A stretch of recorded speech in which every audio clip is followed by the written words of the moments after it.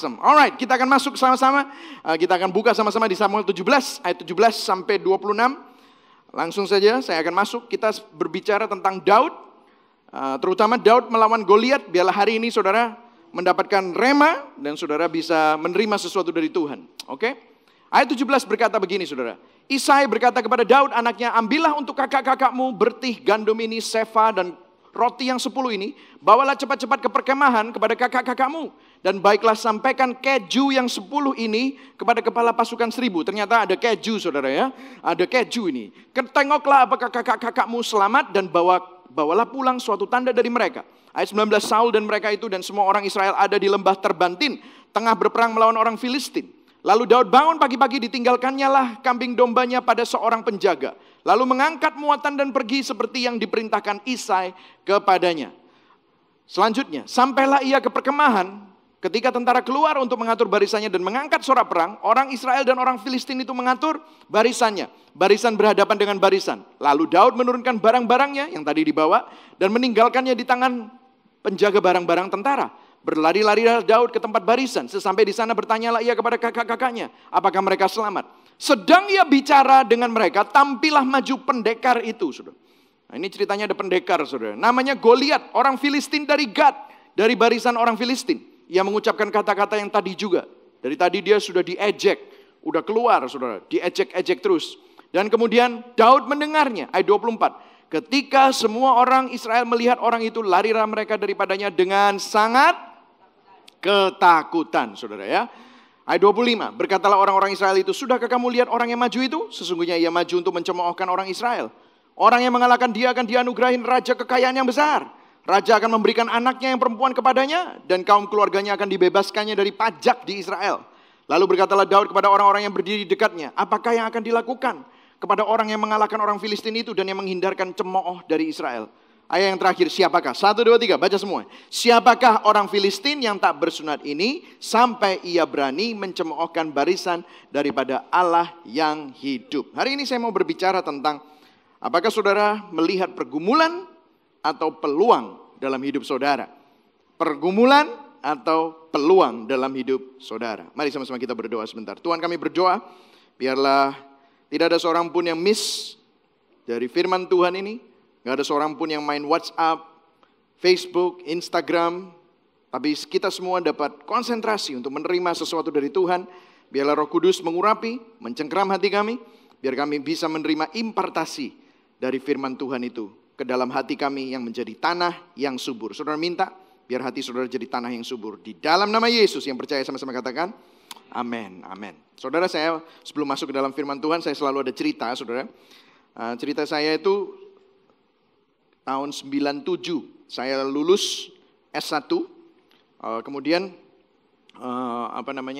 mungkin ada yang bilang, aku baru lahir tahun 93, berarti saya masih umur 4 tahun, begitu saudara ya. Atau mungkin 97 saudara baru lahir. 97 saya lulus S1, pendidikan saya waktu itu food process engineering, saudara ya, food manufacturing operation, jadi kerja dalam bagian makanan. Saya lulus dari Purdue University, dari Indiana, dan akhirnya saya memilih untuk pindah ke Seattle dengan berbagai alasan. Salah satu alasannya adalah gereja yang ada di sana dengan lingkungan yang baik. Tapi ada alasan yang lain, yaitu saya dekat dengan pacar saya, gitu. Pacar saya itu di Portland, tapi pacar saya bukan Novi, oke? Waktu itu. Jadi Novi ada di sini, dia tahu apa yang akan saya ceritakan. Nah, saudara, saya kerja di sana, saya dapat kerjaan dalam sebuah perusahaan yang bikin jerky, saudara. Dendeng, perusahaan dendeng. Saya harus pergi ke kantor itu jam 5 pagi, saudara. Sampai di sana, saudara ya, setiap hari. Dan saya kira-kira tinggalnya itu setengah jam atau 45 menit. Atau enggak. Kalau enggak ada traffic itu 45 menit. Kalau pakai traffic itu bisa-bisa 1 jam, saudara ya. Cukup jauh. Tapi akhirnya sampai di sana, kita kerja. Dan saya minta sama bos saya, bos, make sure lo ya, saya ini orang yang bukan US citizen, jadi saya butuh visa untuk saya bisa tinggal di sana. Nah, bos saya udah bilang oke, 3 bulan saya kerja, saya tanya lagi, sudah diurus nggak? Ya sedang diurus. 6 bulan saya kerja, saya tanya lagi, sudah diurus nggak? Sudah sampai lawyernya? Oke. Sampai akhirnya kira-kira 10 bulan saya bekerja di sana. Kalau saudara habis lulus di sana, saudara bisa mendapatkan 1 tahun kerja sebagai seorang yang bukan warga negara dari Amerika. Saudara kerja kecuali ada yang mensponsori untuk mendapatkan visa untuk kerja di sana. Sehingga saya bisa tinggal di sana. Nah saya udah 10 bulan di sana, saya ngomong sama bos saya, dia bulat aja, bahasa Jawane gitu saudara. Yang bulat aja, saya bilang, yang jujur dong. Ini beneran gak sih? Saya sih sudah melakukan bagian saya, tetapi lawyernya, company-nya ini sampai sekarang masih belum ngerjain aplikasi untuk visa kamu. Waduh, saya waktu saya dengar itu sudah 10 bulan. Saya tinggal 2 bulan lagi. Selesai, saya harus pulang Indonesia. Waktu itu tahun 98, saudara. 98 adalah krisis ekonomi. Saya telepon papa waktu itu. Papa bilang, udah kamu jangan pulang, kamu di sana cari kerja. Waduh, akhirnya saya pusing. Saya bilang sama bos saya, jadi sekarang gak ada harapan dong di sini. Ya kalau kamu lihatnya begitu ya terserah. Cuman ya kita sudah berusaha sekuat tenaga tetapi masih belum diaplikasikan. Waduh, saya udah pusing. Tinggal 2 bulan, biasanya ngurus aja 3 bulan. Ya udah saya bilang, saya harus cari kerja nih. Cari kerja yang mau sponsorin saya. Ya udah kalau gitu saya berhenti ya hari ini, nggak apa-apa ya. Kelihatannya bos saya kasihan sama saya, akhirnya saya berhenti, saudara. Itu hari Senin, saudara. Kemudian hari Selasa, saya nggak kerja, saya cari-cari kerjaan, saya kirim-kirim CV gitu ya. Kalau bahasa Inggrisnya resume gitu ya. Wah, saya kirim-kirim semuanya. Terus kemudian saya dapat telepon dari pacar saya itu, yang bukan Novi, oke? Nah, itu pacar saya, terus telepon, saudara. Telepon, saya mau bicara dong sama kamu. Wah, ini bahasa Inggrisnya, ini dia bukan orang Indonesia, saudara, orang Amerika, saudara ya. Saya mau bicara dong sama kamu. Wah, kalau saya seorang cowok diajakin ngomong, saya mau bicara dong sama kamu. Itu gelagat-gelagan gak enak, saudara ya. Biasanya saya yang begitu sama cewek. Cia gitu, saudara. Karena kalau saya sudah ngomong kayak gitu sama cewek, biasanya ujung-ujungnya apa, saudara? Putus. Nah, ini dia ngomong gitu sama saya. Waduh, saya bilang, waduh ini ada apa ini? Besoknya saya pergi langsung berangkat ke Portland, saudara, kira-kira 3 jam selatan dari Seattle. Saya ke sana, saya ngobrol. Ternyata beneran, saudara. Saya diputusin, gak working out katanya. Waduh, saya patah hati, saudara. Gak ada kerjaan, diputusin cewek. Patah hati, saudara. Pertama kali, saudara, saya diputusin cewek. Waduh, patah hati. Saya pikir she is the one. Saya pikir dia adalah calon istri saya, begitu, saudara ya. Waduh, saya patah hati, saya pusing, saudara. Akhirnya saya galau, saudara. Saya pulang ke Seattle, saya hanya tinggal di rumah, tiba-tiba makan gak nafsu kayak lagu-lagu cinta Sheila on 7 gitu ya saudara. Semuanya jadi pada gak enak begitu saudara ya. Waduh galau banget deh akhirnya. Dan saudara, akhirnya hari Minggu ke gereja. Nah ke gereja saya waktu main keyboard saudara. Main keyboard, ada latihan musik tapi saya nebeng teman saya gak mau nyetir, saya murung begitu saudara ya. Mungkin ada teman-teman yang bilang, mari putus. Nah gitu saudara ya, galau gitu. Nah hari Minggu saya nyetir sendiri saudara. Nah mobil saya itu mobil yang modifikasi saudara ya. Saya suka modifikasi, pakai pelek, diceperin dan yang lain-lain gitu saudara ya. Nah karena mobil itu gak dipakai selama 3 hari atau 4 hari, mungkin gak kerasa itu anginnya itu kurang saudara. Di bagian belakang, roda belakang sebelah kiri saudara. Dan saya nyetirnya kan di sebelah kiri kan kalau di Amerika gitu saudara. Nah saya waktu nyetir ke gereja, saya nyetir pas lagi mau masuk ke highway. Highway itu yang menghubungkan antara dua pulau. Itu ada jembatan penyeberangan mobil yang mengapung di atas air, saudara ya. Nah waktu itu ada remnya, rem itu apa sih? Kayak masuk gitu loh, mau masuk ke sana, puteran gitu. Saya agak kenceng, saudara. Waktu saya agak kenceng, tiba-tiba mobil saya selip, saudara. Waktu masuk ke highway itu selip 3 kali, sampai mobil-mobil yang lain cit gitu, saudara. Saya muter 3 kali, akhirnya mobil saya berhenti muter setelah menabrak pinggiran dari pagar dari highway itu. Dan itu kan 2 arah, mobil saya itu lain arah begitu. Wah semuanya, untung saya nggak nabrak mobilnya orang, saya nggak nabrak orang. Tetapi waktu saya nabrak, des gitu ya, bumper saya terlempar 10 meter begitu sampai untung nggak masuk ke laut saudara ya. Waduh sampai jatuh di sana gitu saudara. Wah saya galau banget. Aduh ini tabrakan baru putus pacar, kehilangan kerja kan, mobil saya tabrakan gitu saudara. Wah benar-benar down banget gitu kayaknya. Dan kemudian setelah itu saya pusing, saya nggak tahu cellphone saya di mana, tiba-tiba ada mobil, seret, bantuin saya keluar boleh, saudara. Kamu perlu cellphone, saya punya cellphone, coba kamu telepon. Saya coba telepon orang gitu, saudara, telepon asuransi, kok nggak ada yang nyambung ya? Nggak lama kemudian ada polisi datang, seret, polisi datang. Terus orang yang nolongin saya itu ternyata keluar, polisinya keluar ngobrol-ngobrol, dia keluarin dompetnya gitu, dompetnya begini, terus keluarin ada badge-nya, saudara. Ternyata dia polisi. Saya pikir, waduh, senang. Yang temenin, yang bantuin saya tadi orang polisi. Terus dia bilang begini sama polisi yang baru datang. Oh, dia itu tadi nyetirnya kekencengan. Makanya sampai slip gak karu-karuan. Nabrak sekarang pagernya ini penyok lagi. Terus, oh gitu ya. So sir, saya dengar kamu tadi nyetirnya kekencengan. Jadi saya perlu kasih kamu tiket. Saya dikasih tiket, saudara, $350. Plus saya harus bayar semua kerusakannya pagar di highway itu, saudara. Waduh, saya makin galau, saudara. Ini sudah kehilangan kerjaan, diputus pacar, tabrakan, kena tiket, saudara. Wah, pusing, saudara saya. Terus saya tadi telepon, akhirnya saya telepon asuransinya. Asuransinya yang saya telepon saya balik. Telepon saya balik, terus dia kasih tahu bahwa asuransi mobil saya sudah mati, saudara. Waduh, saya benar-benar galau, saudara ya. Itu sudah di pinggir Lake Washington, saya kepingin loncat aja gitu, saudara. Gitu ya. Tapi saya tahu, nggak berani saya, saudara. Tapi tiba-tiba saya lagi begitu-begitu, mobil saya ngadep sana, mobil kan ke sini, masih banyak tuh mobil. Tiba-tiba saya ngelihat ada beberapa mobil lewat gitu. Teman-teman gereja. Si Michael, halo Mike, gitu ya. Ditinggalin saya, seret gitu. Ini nggak cuma satu. Yang kedua datang, hey Mike, seret, lewat gitu. Saya bilang, brengsek lo dia. Saya udah tahu kayak gini nggak ditolongin, malah ditinggalin sama hai. Loh kenapa? Terus ketawa-ketawa, gitu saudara. Wah, saya benar-benar marah. Ini gereja apaan sih?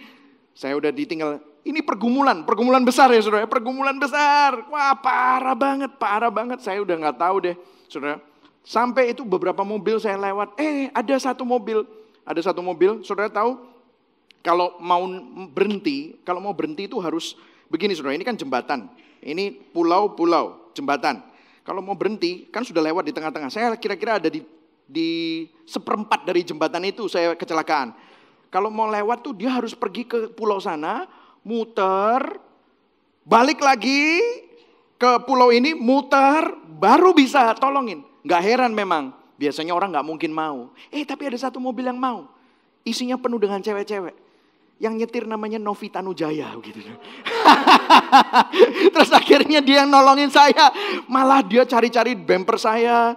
Waktu saya ngelihat dia, dia bawa bumper saudara, masuk ke mobil saya bilang, wah gila ini cewek dari mana nih kayak gini saudara. Nah disitulah mulai saya mengenal Novi begitu saudara. Masih lama ceritanya, masih lama gitu. Saya kalau cerita nanti gak habis-habis saudara. Cuman begini loh saudara. Karena pergumulan itu, saya melihat bahwa Tuhan menyediakan peluang yang tidak pernah saya lihat sebelumnya.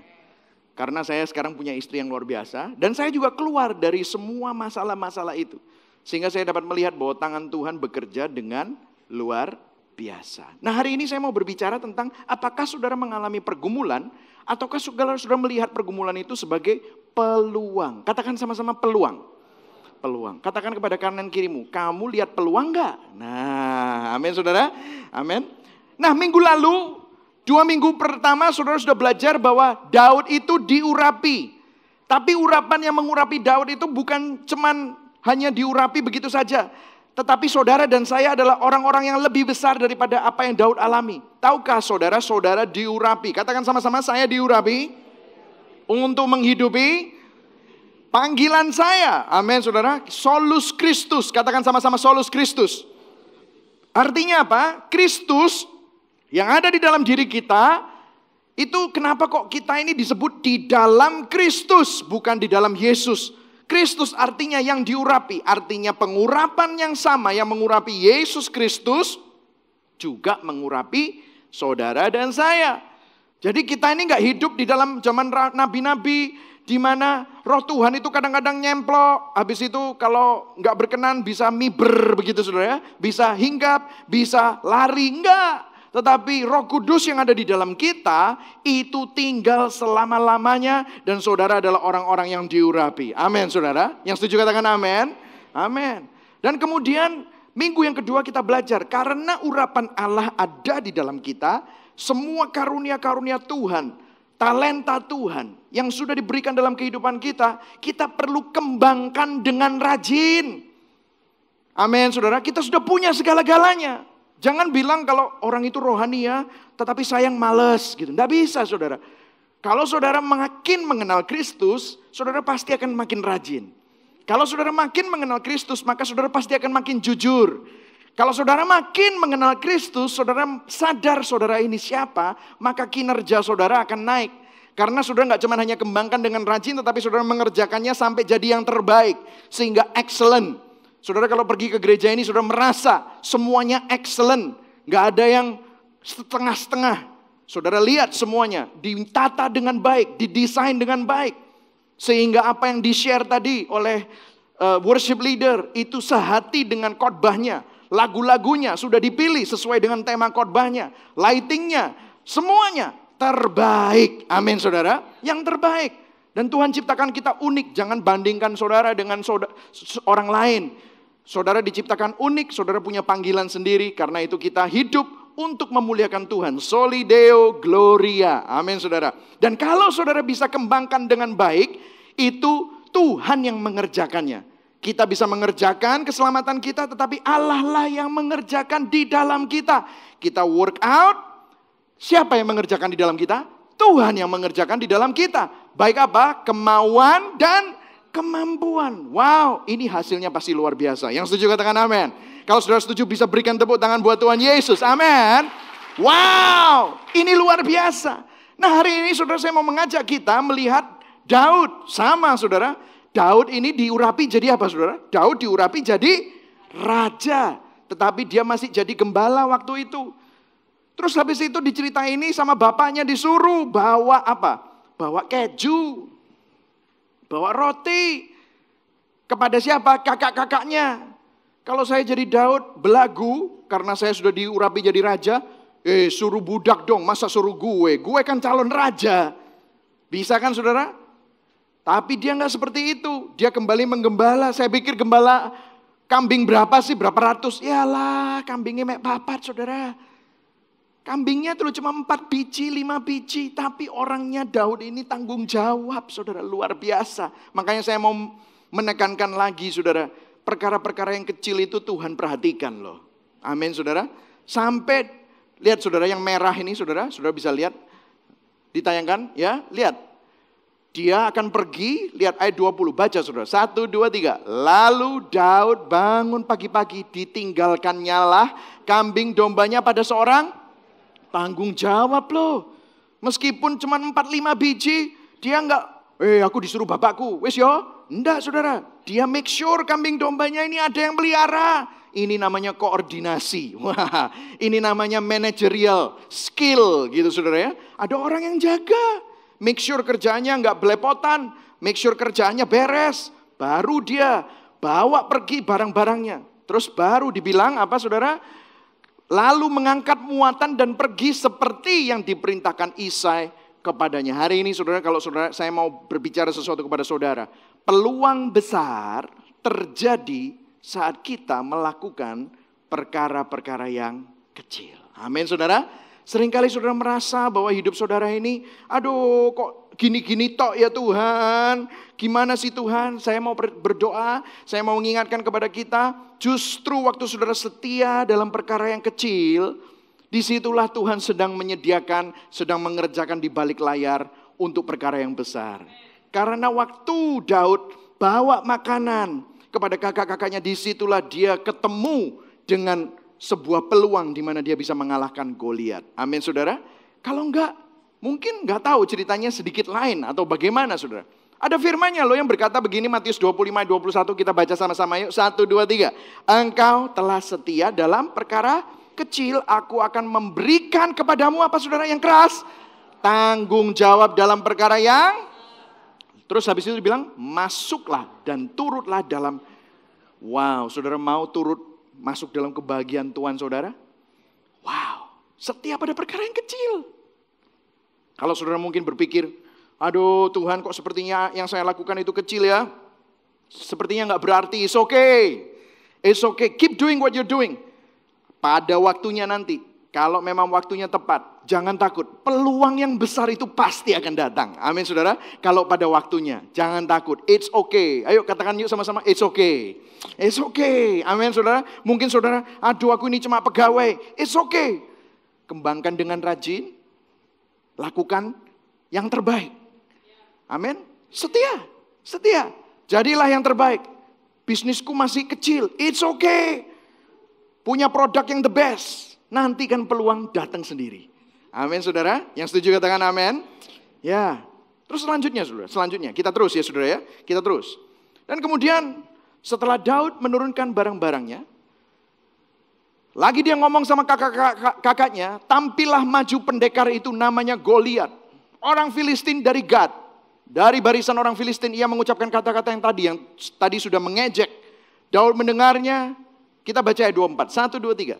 Ketika semua orang Israel melihat orang itu, larilah mereka daripadanya dengan apa saudara? Sangat ketakutan. Saudara, siapa sih Goliat ini?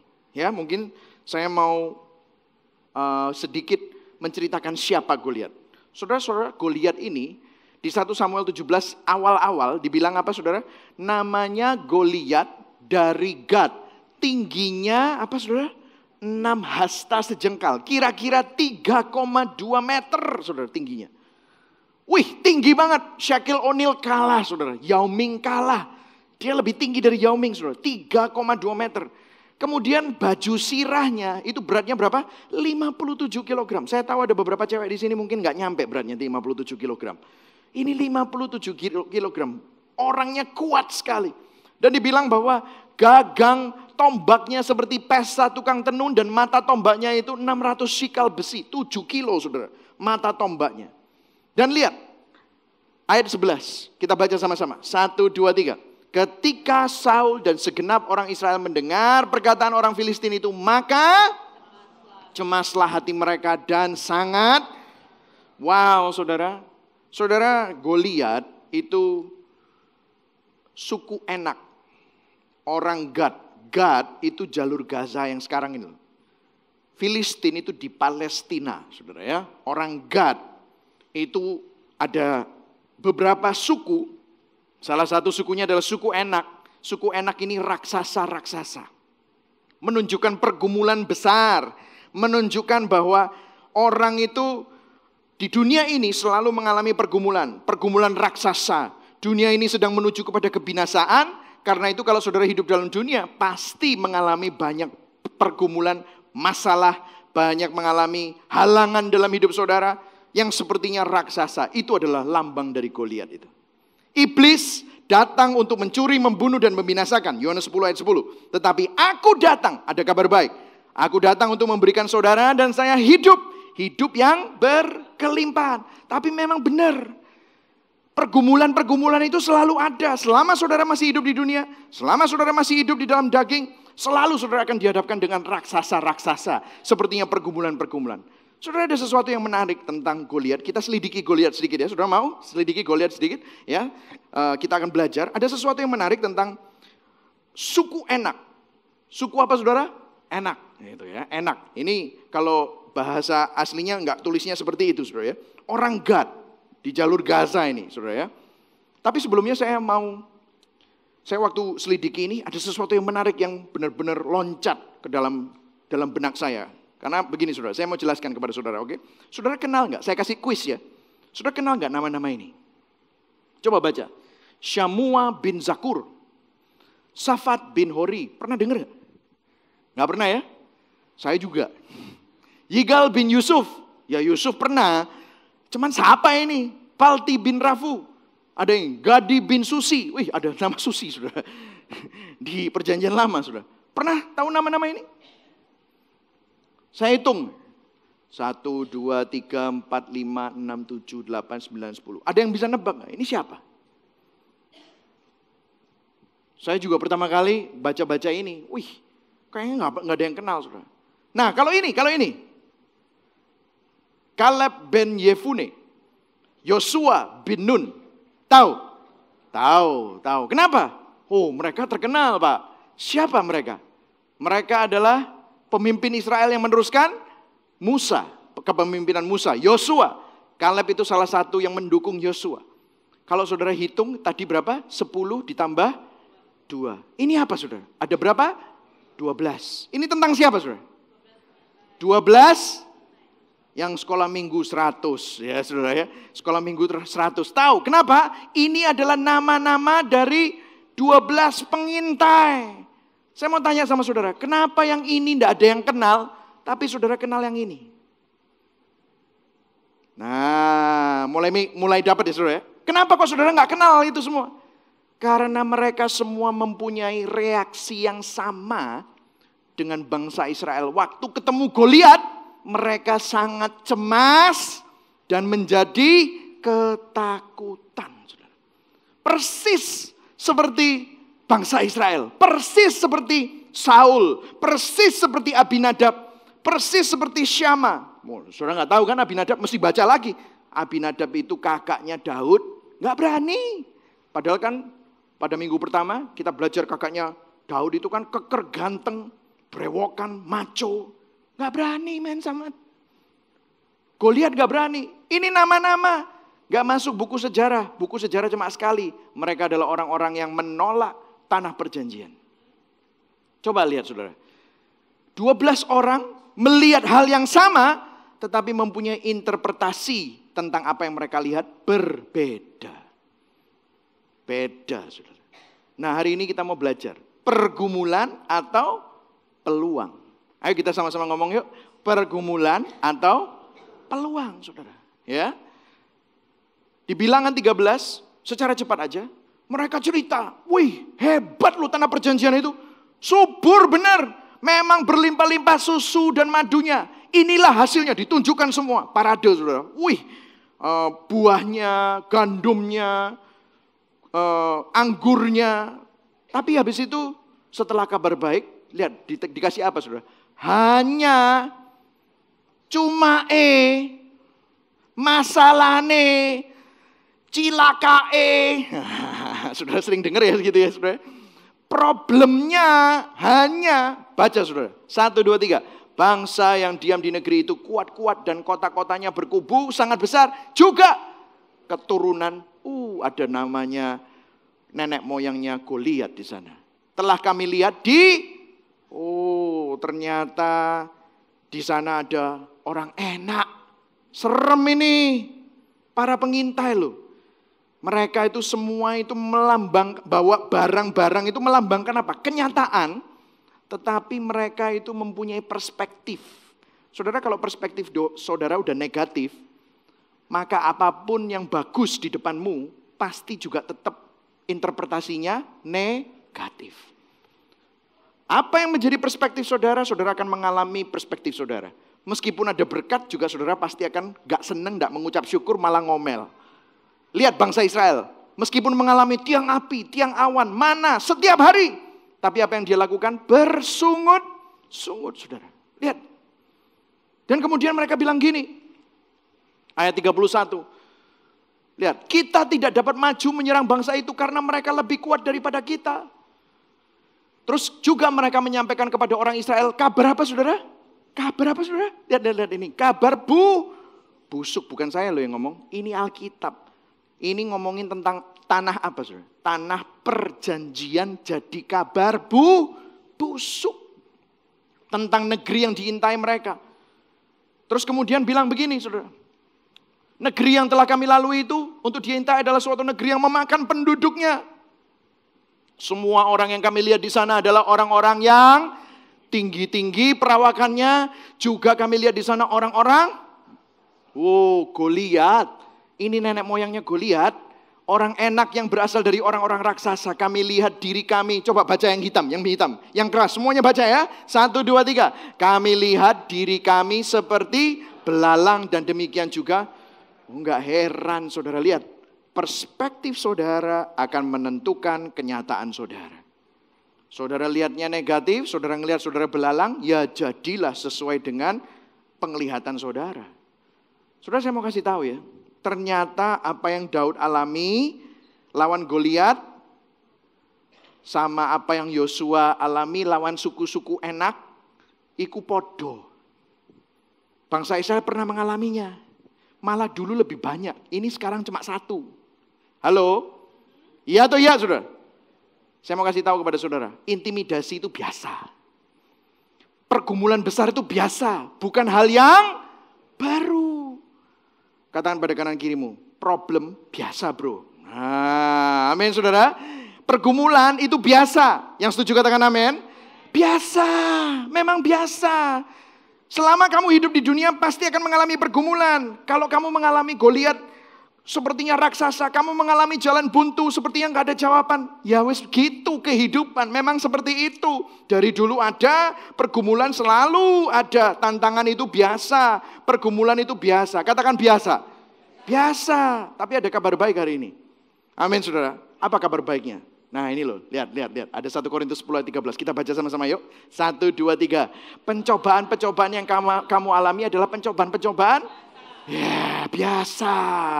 Katakan pada kanan kirimu, biasa ini. Amin. Sipil. Ya kan, biasa. Yang tidak melebihi, lihat saudara, tidak melebihi apa? Kekuatan manusia. Yang kabar baiknya adalah sebab Allah setia. Berikan tepuk tangan dulu dong. Bahwa Tuhan Allah kita adalah Allah yang setia. Dan karena itu Dia tidak akan membiarkan kamu dicobai melampaui kekuatan kamu. Kalau secara manusia kamu juga tidak kuat. Tetapi karena kasih karunia-Nya yang ada di dalam kamu, yang selalu memampukan kamu, Roh Kudus-Nya yang mengurapi kamu, selalu memampukan kamu, maka kamu pasti mampu. Amin, saudara. Lihat, pada waktu, kita baca sama-sama. Pada waktu kamu dicobai, Ia akan memberikan kepadamu jalan keluar sehingga kamu dapat menanggungnya. Berikan tepuk tangan buat Tuhan, amin. Wow, biasa, raksasa biasa. Bangsa Israel juga hadapi, malah banyak dulu. Menang kan Yosua? Menang. Nah ini satu bangsa, semuanya persis hatinya seperti 10 pengintai. Cuma Daud sendirian yang bisa melihat perspektif Tuhan. Saudara pernah nggak kalau saudara ke mall, terus ada tulisan gini, mau masuk lift. Pada saat kebakaran, janganlah memakai lift ini, tetapi pakailah tangga. Tangga kebakaran.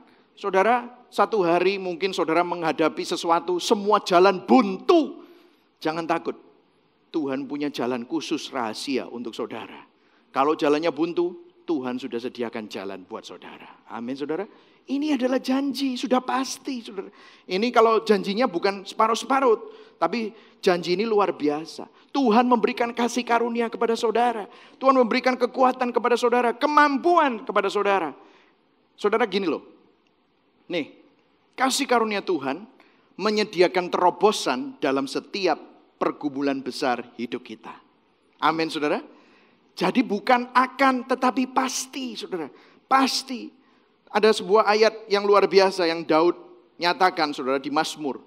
Dibilang begini, ini Daud sedang, merefleksikan kehidupannya setelah dia jadi raja. Dia bilang begini, sebab ia takkan goyah untuk selama-lamanya. Orang benar itu akan diingat selama-lamanya. Katakan sama-sama, saya orang benar. Amin. Bukan kebenaranmu, tapi Yesus yang membenarkan saudara. Itu akan diingat selama-lamanya. Terus dibilang begini, ia tidak takut kepada kabar celaka. Wow, saudara. Orang seperti Daud, orang seperti Yosua, orang seperti Kaleb. Itu orang yang tidak takut akan kabar celaka. Kabar celaka juga bisa jadi kabar baik. Kadang-kadang gini loh saudara. Belum terima kabar, kamu sudah keder duluan. Misalnya saudara di kantor, ini yang kalau pegawai gitu ya saudara. Terus tiba-tiba saudara lagi di kantor saudara, tiba-tiba teman saudara lewat. Bro, bos itu loh dari tadi cari kamu, mau ngomong sama kamu. Langsung, mateng kon. Saudara pikirnya apa? Aku kena SP1. Aku kena SP3, ini sudah SP2, mateng kon. Misalnya Novi ngomong sama saya, ini kalau barisan suami takut istri misalnya begitu saudara ya. Terus, nanti aku kalau kamu sudah pulang, tolong ya, Aku mau ngomong sama kamu. Nggak ada smiley face-nya. Langsung, mateng kan. Kalau enggak, aku salah apa maneh gitu. Ya kan, belum dapat kabar. Dia cuma mikir, tolong beliin susu gitu kan, bisa kan saudara. Nanti kita dinner yuk, kan bisa. Tapi pikiran kita itu sudah jelek duluan. Halo, benar atau benar? Seringkali itu yang terjadi saudara. Seringkali kita goyah, hati kita lemah. Bukan karena kabar buruk, tetapi karena kita ini sudah mikir yang buruk dulu sebelum ada kabar apapun saudara. Tetapi hari ini saya mau mengajak kita supaya kita menjadi seperti orang yang sudah penuh dengan kebaikan Tuhan. Sehingga kita ini gak takut terhadap kabar celaka. Karena secelaka-celakanya kabar yang datang ke dalam hidup kita, Tuhan kita lebih besar daripada kabar-kabar itu. Amin saudara. Hati kita tetap penuh kepercayaan terhadap Tuhan. Hati kita teguh sehingga ia tidak takut saudara. Saudara percaya atau enggak ya? Ini loh, kita baca sama-sama yuk. 1, 2, 3. Apa yang Anda percayai? Ayo sama-sama semuanya baca. 1, 2, 3. Apa yang Anda percayai lebih penting dari pergumulan sebesar apapun yang kamu nggak bisa. Kalau kamu percaya baik, maka kamu pikirannya akan selalu baik.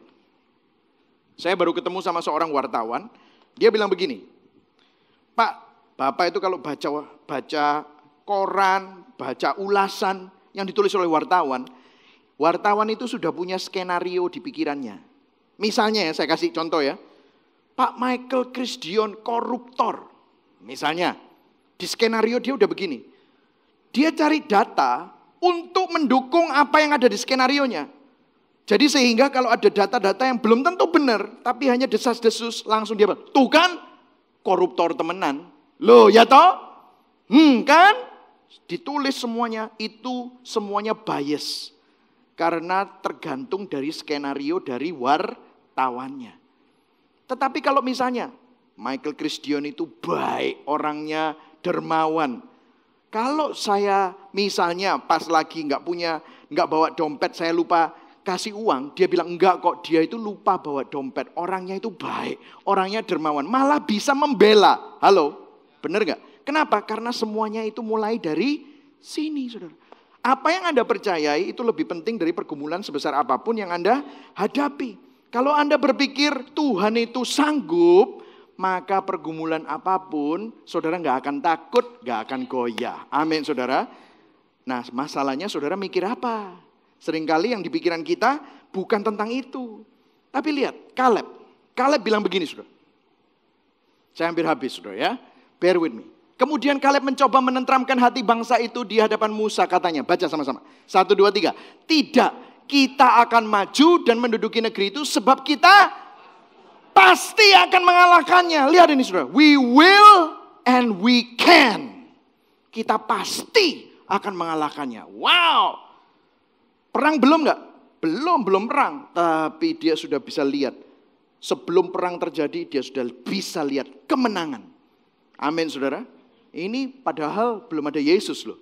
Sekarang kita ini jauh lebih hebat daripada zamannya Yosua, dari zamannya Caleb, dari zamannya Daud. Kenapa? Karena Kristus sudah menang. Sehingga waktu saudara berdoa, saudara bukan minta kemenangan, tetapi saudara berdoa dari titik kemenangan. Amin saudara. Yosua bilang gini, janganlah takut kepada bangsa negeri itu. Itu ayat 9 di bab 14. Janganlah takut terhadap bangsa itu. Sebab mereka akan kita apa saudara? Telan habis. Wah hebat. Yang melindungi mereka sudah meninggalkan mereka. Ayo kita baca. Sedang Tuhan menyertai kita, janganlah takut kepada mereka. Berikan tepuk tangan dong buat Tuhan kita yang menyertai kita. Amin saudara. Wow saudara. Karena itu saudara, iman kepada Kristus, melihat pergumulan besar, justru menjadi peluang untuk terobosan besar. Amin. Jangan melihat pergumulan itu, waduh pergumulan. No. Tapi lihatlah sebagai peluang untuk terobosan yang besar dalam hidup saudara. Amin saudara. Jangan melihat pergumulan lagi. Tapi enggak saudara, lihat. Iman saudara kepada Kristus bisa mengubah kabar buruk menjadi kabar baik. bisa mengubah apa yang kelihatannya buruk. Iblis memang datang untuk berusaha mencuri, membunuh, dan membinasakan. Tetapi Allah turut bekerja dalam segala sesuatu untuk mendatangkan kebaikan. Amin saudara. Ujung-ujungnya Tuhan sedang mengerjakan untuk menyediakan terobosan. Sehingga bukan kamu nanti yang bisa bilang, aku bisa. Saudara, kalau saudara lihat pergumulan besar, artinya kan gini. Kalau bukan pergumulan, kalau pergumulannya bukan nggak besar, saudara ke ATM, tinggal ambil duit, beres kan? Artinya apa? Pergumulanmu masih kecil, soalnya apa? Uangmu masih bisa ngatasi.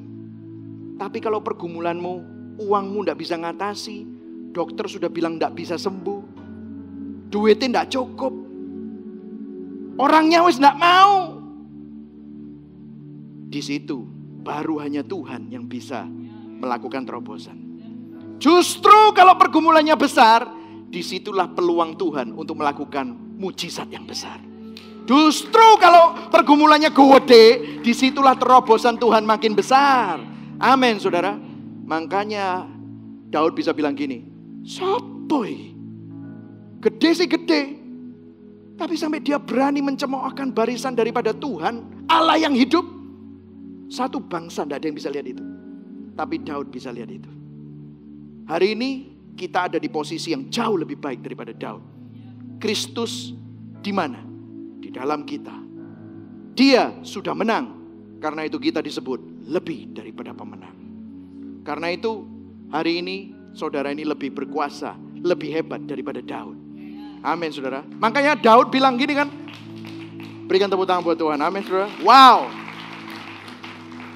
Saul bilang sama Daud, kamu ini kan pemain harpa. Kamu pemain kecapi. Mana bisa menang? Daud bilang gini, Tuhan yang melepaskan aku dari cakar singa, dari cakar beruang, Dia juga yang akan melepaskan aku dari tangan orang Filistin itu. Kalau saudara sama saya bilang seperti Daud, saudara bisa bilang gini, Kristus yang sudah menyelesaikan segala-galanya di atas kayu salib, yang berkata sudah selesai.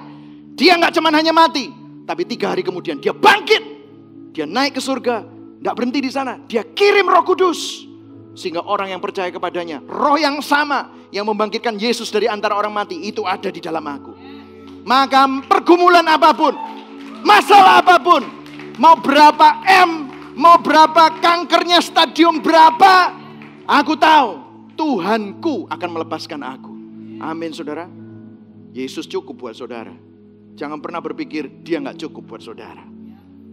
Saudara, saya punya teman satu, saya kemarin sempat message dia, boleh gak aku cerita ini? Jemaat kita di Los Angeles namanya Chris Barreras. Dia waktu nyetir, tiba-tiba dia gak sadar. Tapi pas di lampu merah, dia gak sadar. Bawa truk saudara. Sampai akhirnya ambulans datang, dicek ternyata dia punya tumor di otak yang menekan sarafnya.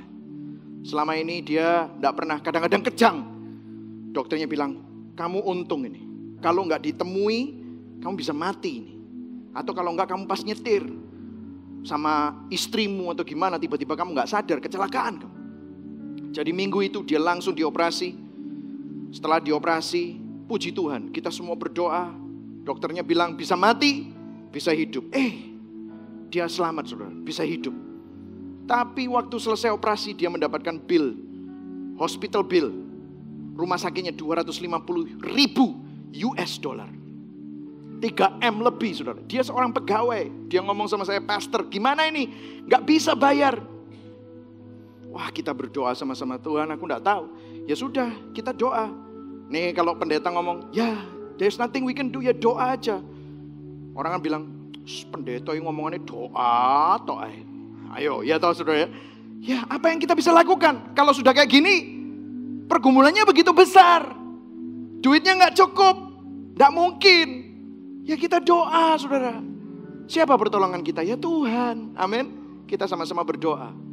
Saudara tahu, 3 bulan kemudian dia dapat surat dari 250.000 US dollar. Jadi tinggal $500 saudara.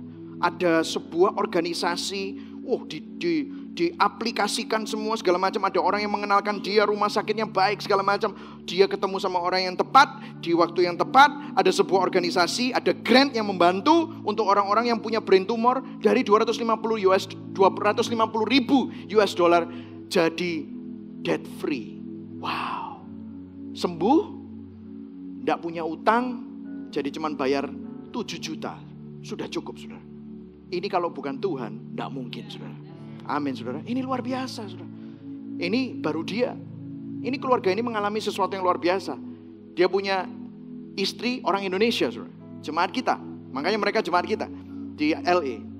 Hamil. Ini tidak lama kemudian. Hamil. First trimester, baru 2 bulan. Setelah dia pergi ke dokter beberapa kali. Yang ketiga kali dia bilang tiba-tiba, dokternya bilang, dia datang sama kita nangis-nangis. Dokternya bilang sudah tidak ada heartbeatnya, tidak ada detak jantungnya anaknya. Dokternya bilang sudah dikuret aja, dibuang. Kamu coba lagi aja nanti berapa bulan lagi. Waduh nangis, gimana pastor, apa yang kita lakukan? Lah pastor ditanya gitu gimana saudara? Ya cuma bisa apa? Ayo kita doa yuk. Mungkin ada yang bilang doa maneh. Ya kan saudara? Ya apa saudara? Doa. Kekuatan kita cuma dari Tuhan. Ya kita berdoa. Saya bilang sama dia udah jangan dikuret dulu. Itu hari tengah-tengah minggu. Tunggu 1 minggu. Tidak ada salahnya. Minggu depan kita ke dokter lagi. Kita doa aja. Saudara, apa yang terjadi? Minggu depan dicek gitu ya saudara. Ada heartbeatnya. Sekarang anaknya sudah lahir saudara. Puji Tuhan. Tepuk tangan dulu dong buat Tuhan. Amin saudara. Wow saudara.